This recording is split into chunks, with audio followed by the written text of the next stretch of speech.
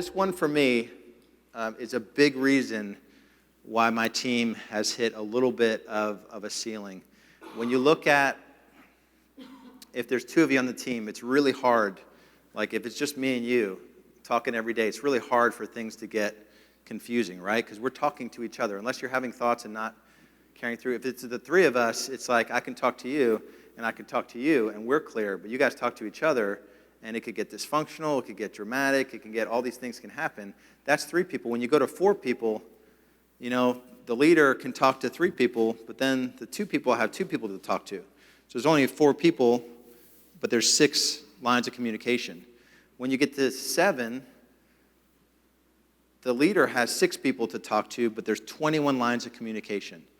So having a clear communication structure and just a simple way of doing things that even if this team tweaks the way they do something a little bit, nobody's unclear on what happens on their team. So every day, this is what happens.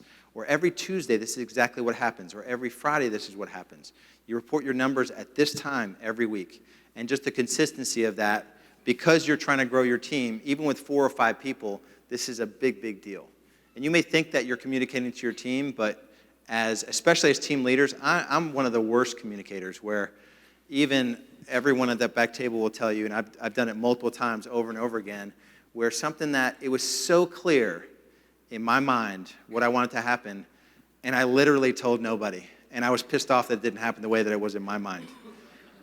And it happens a lot, for me anyway.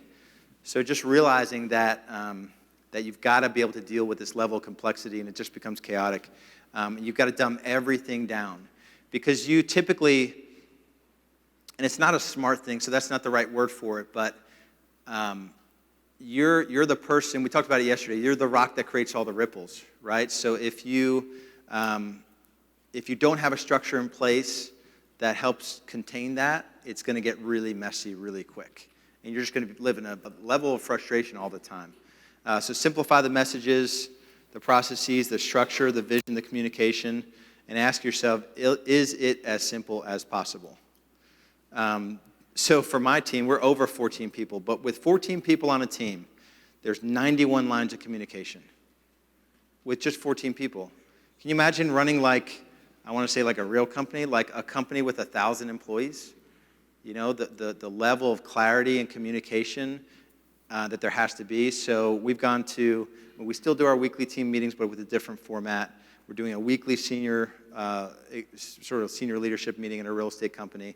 We're doing quarterly state of companies with the team, which is important. We're picking rocks and we're reviewing those rocks, and then we're talking about the next rocks, and it's just an open, sort of clear the air meeting. But 91 lines of communication with only 14 people. I don't know what it looks like at 22 people, but it's a lot of lines of communication. And it just becomes really, really, so it's got to have a lot of clarity around the communication.